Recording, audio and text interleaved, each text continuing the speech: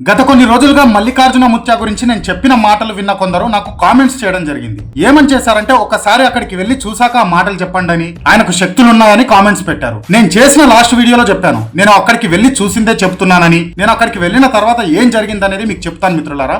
అక్కడ మేము వీడియోలు తీస్తున్నామని అప్పాజీ టీం పట్టుకున్నారు. మొబైల్స్ లాక్కొని వీడియోస్ డిలీట్ చేశారు. మా గురించి అప్పాజీకి చెప్పారు. ఆయన రూమ్ బయట దాదాపు 300 నుండి 500 మంది భక్తుల వరకు ఎదురు చూస్తున్నది కూడా చూసుకోకుండా మమ్మల్ని కలవడానికి వచ్చేసాడు. ఒక రూమ్ లో తీసుకెళ్లారు. దాదాపు 2.5 గంటలు ఆయన మాతో మాట్లాడాడు. అప్పుడు నేను అప్పాజీ గారిని నా గురించి చెప్పమని అడిగాను. దానికి అప్పాజీ గారు నీకు పిల్లలు ఎంతమంది అని అడిగారు. అప్పుడు నాకు ఫుల్ క్లారిటీ వచ్చింది. ముఖం చూడగానే మన చరిత్ర చెప్పగలిగే అప్పాజీ గారు ఇలా ఎందుకు అడిగారు అనుకున్నాను. సర్లే అనుకొని నాకు పెళ్లి కాలేదు అని చెప్పాను. ముందుకు వచ్చి కూర్చోమన్నారు. ముందుకు వెళ్ళాక లక్ష్మి ఎవరు అని అడిగారు. తెలియదు అని సమాధానం ఇచ్చాను. 4 సార్లు అదే ప్రశ్న లక్ష్మి ఎవరు అని అడిగాడు. రోజు 2-3 గంటలు ఫోన్ మాట్లాడతావని కూడా అడిగాడు. నా ఫోన్ తీసి ముందు పెట్టేశా. ఒక్కరితోనైనా 5 నిమిషాల కన్నా ఎక్కువ మాట్లాడితే చూడండి అని. అంతటితో అప్పాజీకి కోపం వచ్చేసింది. నా గురించి అన్ని బయట పెడతా అని భయపెడదామని చూశాడు. సరే బయట పెట్టమని సమాధానం ఇచ్చాను. నా గురించి కాదు కదా, నా పేరు కూడా చెప్పలేదు. చివరికి ఏం చెప్పాడంటే, నువ్వు నీ గురించి కనుక్కోవడానికి రాలేదు, నా గురించి తెలుసుకోవడానికి వచ్చావు. నీ సమస్యతో నన్ను నమ్మి వస్తే నీ గురించి చెబుతానని తప్పించుకున్నారు.